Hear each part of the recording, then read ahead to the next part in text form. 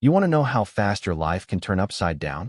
Try pulling up to your own patch of Texas dirt and finding a mansion where your trailer's supposed to be, security gate and all, someone else's name on a sign like you never existed. I'm not talking about a typo or some drunk neighbor stumbling across a fence line. I mean a whole damn house, dropped out of nowhere, like someone rolled the dice on Monopoly and decided your land was up for grabs. Yeah, that happened. And let me back up a sec, because you need to understand what this place meant to me before you can even process the chaos that followed. See, I bought those 12 acres 2 years ago, just a hunk of stubborn earth tucked outside any town worth a map, bone dry, crawling with juniper and mesquite, nothing but barbed wire and the memory of an old barn the wind had already half buried. It looked empty, forgotten. But to me, it was the dream. Privacy. A place nobody could tell me what to do, where to park, whether I could hang a wind chime or plant a tree. Found it on a county tax auction, hidden under a pile of abandoned lots with back taxes nobody wanted. But that's the kind of thing I look for. I see value where other folks see trouble. Years in the Marines taught me to read terrain. Years as a surveyor taught me to read people, especially the kind who think they're too clever to get caught. Took months to clear the paperwork, get a survey, triple-check every corner and legal description, because you'd better believe I wasn't going to end up as another sucker who bought a ghost lot. I did everything by the book, paid off the taxes, registered it under my LLC, kept my name off the radar. The land was mine, legit, clean title, GPS pins in the ground. I cleared out the brush, leveled a spot for my trailer, set up solar, pumped up water from the old well line. Nothing fancy, just enough for weekends fixing the place up, hauling gravel for a road, planting some live oaks, and dreaming about the house I'd build someday. And if you're wondering, no, I didn't socialize. Didn't shake hands with the HOA crowd. Didn't show up at barbecues. On purpose. I chose this patch because it sat outside their boundaries. Ridgeview Preserve and their little rules could kiss my ass. Out here, nobody knew me. That's how I liked it. Just coyotes and wind and the long, low quiet of Texas nights. So imagine rolling in one Friday morning, thinking maybe I'll put in some garden beds, maybe patch the fence, and seeing that glass and steel monstrosity plunked right where my trailer should be. Massive balcony, solar roof, pool. A damn security gate slapped across the access road I built with my own 2 hands. And a sign, West Family Property, no trespassing.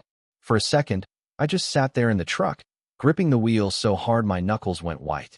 Then I got out, walked up to that gate with my heart thumping, trying to keep my cool, because something felt deeply, violently wrong. There's a camera tracking me. My survey markers are gone, replaced by some overpriced landscaping and flower beds. Then a security guard steps out of his prefab box, all polite.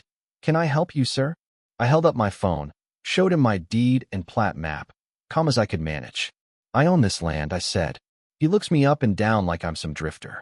"I'll need you to step away from the gate. This is private property." "No kidding," I tell him. "Mine." Then out comes the queen bee herself. Blonde, sunglasses, white jumpsuit, mug that says Boss Babe. "Is there a problem?" she asks, all sugar and superiority. "You want to tell me why there's a mansion on my land?" I ask. She gives me that smile people reserve for children who ask about the tooth fairy. "You must be confused. This property was purchased last year through Ridgeview. We've got all the paperwork. Maybe you're looking for that dusty lot down the hill." "No, ma'am," I say. "I'm looking at my land, and you built a McMansion on it." She just laughs. "Honey, we bought this place from the developer. All cleared," and waves her hand at the guard. "Call Ridgeview Legal, maybe the sheriff. This guy's trespassing." She turns on her heel, already dismissing me. Now, my patience isn't infinite, but my training runs deep. I backed up to my truck, tried calling the county sheriff's office, got put on hold. That's when the circus showed up.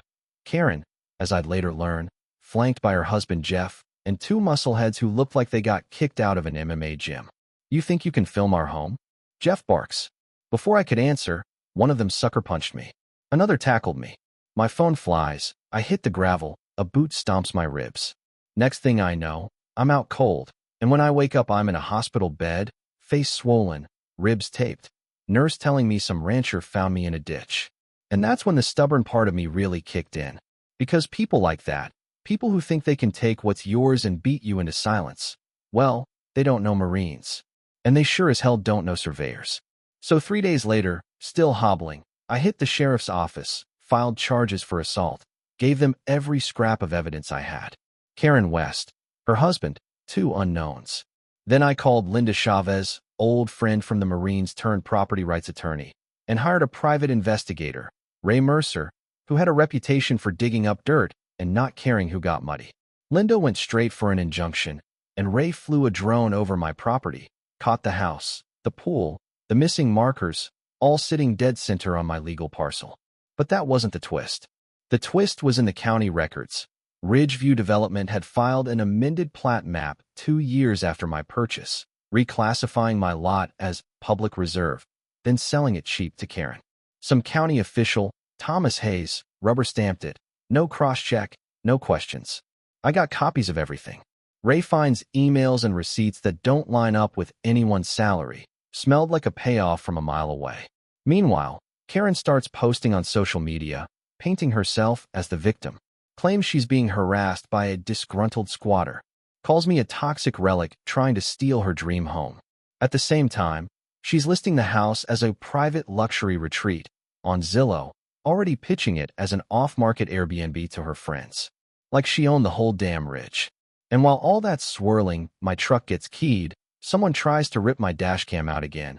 I start getting followed by a black SUV. Real subtle. Linda files for a restraining order, files motions for sanctions on their fake video evidence, which, by the way, was doctored so badly even the timestamps didn't match. Karen's lawyer quits. Ridgeview starts circling the wagons, claiming it was all a clerical mistake. But evidence, real evidence, has a way of surviving all the noise.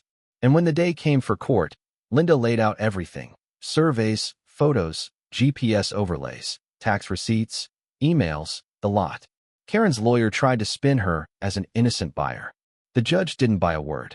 This court finds that the house is situated entirely on land legally owned by Mr. Randall, he said, right before he dismissed Karen's counterclaim and referred her, her husband, and Thomas Hayes for criminal prosecution. When I walked out, Linda handed me a paper with the home's appraised value, $1.3 million. She asked if I wanted to keep it. I said I'd remodel. First, I changed the locks. Then I burned that damn West Family Property sign in the fire pit by the pool. The rest? Well, I spent weeks remarking my boundaries, breathing in the quiet I'd nearly lost. I turned the house into a field classroom, the Randall Institute for Property Rights and Surveying. I teach workshops now, walk the lines with law clerks and surveyors, show them how to read a plat, spot a fake, fight back.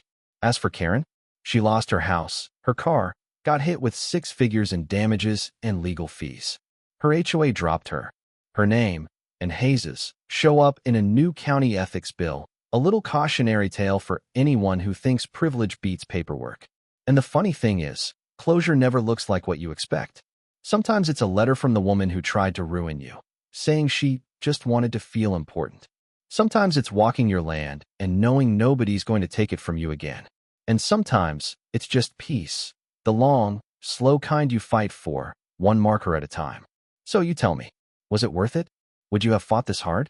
Drop a comment, share your own story. Tell me, where's the line between justice and revenge?